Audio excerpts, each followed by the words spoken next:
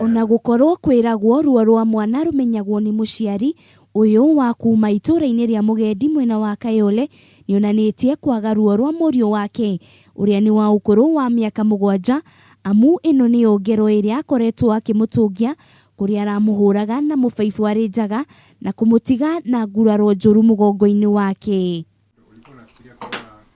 Florence Wajiro uria niwe nyina wa kahii gaka augite murio ni akoretwo na maheni makiruku na koguo akona ino niyo njira ya mwanya ya kumurunga mitugo. Giko giki kia Muciari kihunguiyo kirahithukirio muthenya wa ira kuria murugamiriri wa ciana mwena uyu arakunyirwo riboti igie kunyamario gwa mwana gaka akiuga ciiko ta ici niciongererekete na gikiro kinene mwena uyu.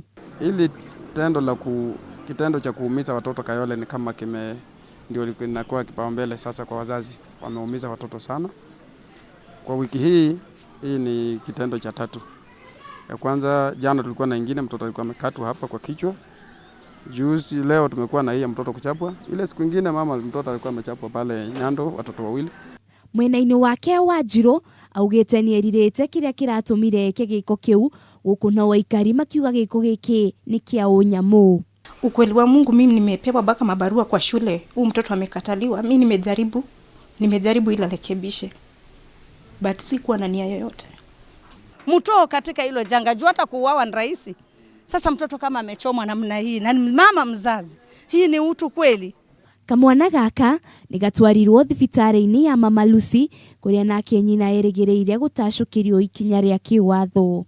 Ngiribotera Kameme TV, ritwa riakwa ni Wanjiru wa Foro.